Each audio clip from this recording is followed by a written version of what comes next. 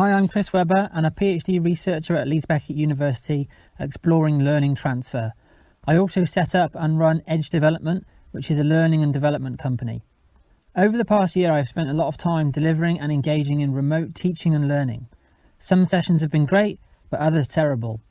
So this short video shares 15 key reflection points and insights about how to do this more effectively. The points are grouped into 3 categories, which cover getting set up, using the functions, and how to make sessions both more interactive and memorable. We'll get started with setup and etiquette. Number 1.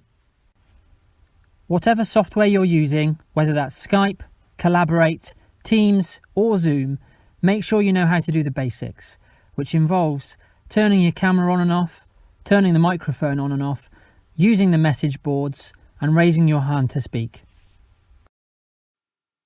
Number 2. Don't press any buttons you don't understand during the call or event. Make sure you experiment with different settings before the call, as nobody wants to end up like a cat like this lawyer did in Texas. Number 3. Make sure you set your computer and webcam up so that it's facing you, rather than capturing the side of your face, forehead, or giving you a double chin. Number 4. Remember, lighting is important. Arrange things so that natural light is shining directly onto your face, rather than from behind, above, or to the side. This gives the best effect. Number 5. Prepare your home environment prior to the event or call. Remove anything embarrassing, like your smalls on the air or dirty laundry.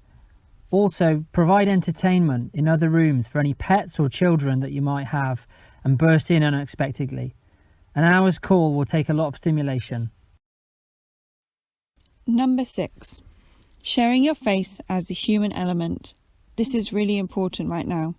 It also allows non-verbal communication, which can help with comprehension. It also helps those delivering read the audience and know that people haven't left for a coffee. If people are reluctant sharing their screens in home environments, then filters can be used to overcome this barrier. Also, stopping screen sharing may be preferable if you want learners to listen more intently. It can also increase internet bandwidth. Number 7. When using notes, remember that you may also be sharing your webcam. Try and avoid reading from the desk like the Minister of Defence here. Instead, arrange notes closer to your webcam to maintain eye contact. Next, we are going to consider how sessions can be made more interactive. Number 8. Capturing people's attention via this medium is really hard. Most people are doing other things alongside the session, which can be anything from checking emails, social media, shopping, or just generally surfing the web. People's attention is short, and most people tune out of videos after just 6 minutes. We have to work hard to keep them engaged. Number 9. In order to overcome people's fickle attention span, then sessions need to be personalised. This can be done using people's names as it captures their attention, makes the session more human-centred, and it's easy within this format, as it says their name at the bottom of the screen. Number 10.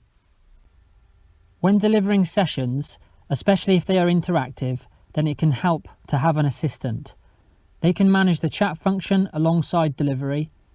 This frees up cognitive capacity for the person presenting and managing the session. It also allows individual points or questions to be fed into the main session and explored further.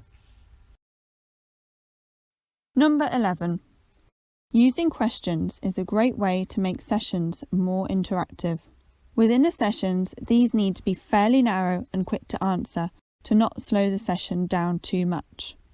If it helps, these are pre-planned so the presenter does not have to think on the spot. More open questions should be scheduled within time after the session for a more in-depth discussion to occur. Participants can be asked to vote on certain statements, pictures or components they feel are most important within the message board to gauge consensus during the session. Checks for understanding can be used where learners type either Y or N in the message board. Number 12. Elements of interactivity should be scheduled around every 5 minutes, as this maintains attention, allows personalisation and facilitates learning. Events with live audiences should be interactive, otherwise just record a video. Wordles can be used which capture people's thoughts, expressions and feelings. Lots of software can be used for this, like Mentimeter. Shared tasks can be used which link to online content, such as websites, videos and pictures. Use breakout rooms for learners to discuss, debate and co-construct knowledge, but support these sessions by providing tasks or questions to get people started. We've covered setup and etiquette and interactivity so far. The final section refers to aspects which may streamline the learning process for participants. Number 13. Greet people when they turn up. However, this may only be possible in smaller groups. Get other people to talk early, as then they may be more likely to contribute later on in the session. Offer an overview of the session and what it will involve to reassure and offer certainty. Make people feel more socially and emotionally safe to contribute and acknowledge all elements of input. Number 14.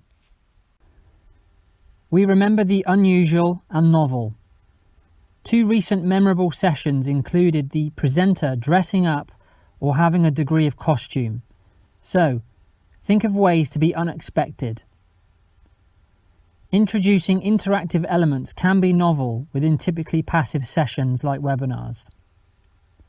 Triggering emotions also makes memory stronger, so use poignant or nostalgic audio or video clips to increase learning retention. Number 15, and probably the most difficult, but how you speak is important. Vary the pitch and tone and try to be enthusiastic. Also, don't be afraid to have pauses. Aside from allowing time to breathe or drink, these pauses allow learners to process the recent content, which helps to reduce cognitive load. Remember to take care setting things up, practice the software functionality, and make it interactive and more memorable. I hope some of these points will be useful for you and your work, and all the best putting them into practice.